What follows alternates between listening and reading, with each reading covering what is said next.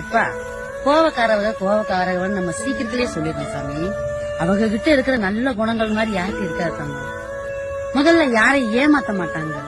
மனசுல பட்டதை படக்குன்னு பேசி விட்டு போயிடுறாங்க தங்கம். மனசுல பட்டதை படக்குன்னு பேசிட்டோம்னா அந்த கோபதாபம் எல்லாம் 5 நிமிஷம் தான் சாமி இருக்கும். மனசுக்குள்ள வச்சுக்கிட்டே இருந்தாதான் அது விஷமா மாறும். கோவக்காரவங்க கிட்ட ஏமாளித்தனம் இருக்காது, பொய் பேச மாட்டாங்க, எடுத்தெறிஞ்சு பேசுவாங்க.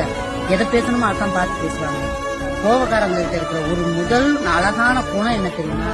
அடுத்தவன முதுகுல குத்த மாட்டாங்க. இதுதான் கோபக்காரவோட. மேல்பட்டு உங்களோட ஒரு கோபக்காரவர்கள் பயணிக்கிறாங்க அப்படின்னா அவங்க மனசு புரிஞ்சுங்க நடக்கும். சரியா தங்கம்? இந்த அம்மா சொன்ன வார்த்தைகள் ஒன்னொன்றுமே எனக்காக சொன்ன மாதிரி இருந்தது.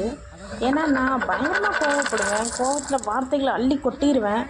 கொட்டினதுக்கப்புறம் யோசிப்பேன், அவங்க நம்மளுக்கு இவ்வளோலாம் பண்ணாங்களே, நம்ம கூடயே இருந்தாங்க, நம்மளை பார்க்கணும், பேசணும், என்னோட ரிலேட்டிவ் பிள்ளை அது இதுன்னு சொன்னாங்களே, நம்ம ஏன் இப்படி பேசிட்டோம் அப்படின்னு. பட் அவங்க கேட்ட ஒரே கேள்வி என்ன தெரியுமா? உனக்கு ஏன் இன்னும் குழந்தை இல்லை? டேட் தள்ளி போகலையா? பீரியட் ஆயிடுச்சா? தைராய்டு இருக்கா? நீர்க்கட்டி டெஸ்ட் எடுக்கணும், கர்ப்பப்பையில் கட்டி இருக்கான்னு டெஸ்ட் பண்ணணும். இந்த ஒரு சில வார்த்தைகள்னால நான் கோவப்பட்டு பயங்கரமாக பேசிட்டேன் அவங்கள. இப்போ நான் ஃபீல் பண்ணுறேன்.